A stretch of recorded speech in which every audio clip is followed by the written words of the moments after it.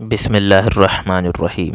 حضرت لقمان علیہ السلام کا ارشاد ہے اپنے بیٹے سے کہ موت ایسی چیز ہے جس کا حال معلوم نہیں کہ کب آ پہنچے، اس کے لیے اس سے پہلے تیاری کر لیں کہ وہ دفعتاً آ جائے۔ اور واقعی بڑے تعجب کی بات ہے کہ اگر آدمی انتہائی لذتوں میں مشغول ہو، لہو و لعب کی اونچی مجلس میں شریک ہو، اور اس کو یہ معلوم ہو جائے کہ ایک سپاہی اس کی تلاش میں ہے جو کسی جرم کی سزا میں اس کو 5 کوڑے مارے گا، تو ساری لذت، سارا عیش و آرام مقدر ہو جائے گا۔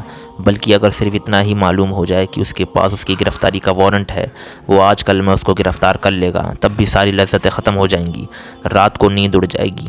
حالانکہ اس کو معلوم ہے کہ ملک الموت ہر وقت اس پر مسلط ہے، اور موت کی سختیاں جو 1000 کوڑوں سے بڑھ کر ہیں اس پر مسلط کرنے والا ہے، پھر بھی ہر وقت اس سے غافل رہتا ہے۔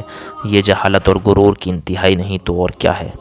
حقیقت یہ ہے کہ موت کی سختی کا حال وہی جانتا ہے جس پر گزر چکی ہے، دوسرے کو اس کی سختی کا حال معلوم نہیں ہوتا۔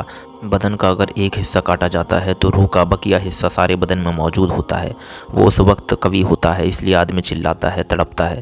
مگر جب ساری روح کھینچی جاتی ہے تو اس میں کمزوری کی وجہ سے اتنی قوت نہیں رہتی کہ وہ کراہنے سے کچھ آرام پا لے۔ البتہ اگر بدن قوی ہوتا ہے تو اس کی بقدر سانس کے اکھڑنے کے وقت اس میں آواز پیدا ہوتی ہے جو سنائی دے جاتی ہے۔ قوت نہیں ہوتی تو یہ بھی پیدا نہیں ہوتی۔ اس کے نکلنے کے بعد ہر عضو آہستہ آہستہ ٹھنڈا ہونا شروع ہو جاتا ہے۔ سب سے پہلے پاؤں ٹھنڈے ہوتے ہیں، اس لیے کہ روح پاؤں کی طرف سے سب سے پہلے کھینچی جاتی ہے اور وہاں سے نکل کر منہ کے ذریعے سے جاتی ہے۔ پھر پنڈلیاں ٹھنڈی ہوتی ہیں، پھر رانیں، اسی طرح ہر عضو ٹھنڈا ہوتا رہتا ہے، اور ہر ایک عضو کی اتنی ہی تکلیف ہوتی ہے جتنی اس کے کاٹنے سے ہوتی ہے، یہاں تک کہ جب روح حلق تک پہنچتی ہے تو آنکھوں سے نور جاتا رہتا ہے۔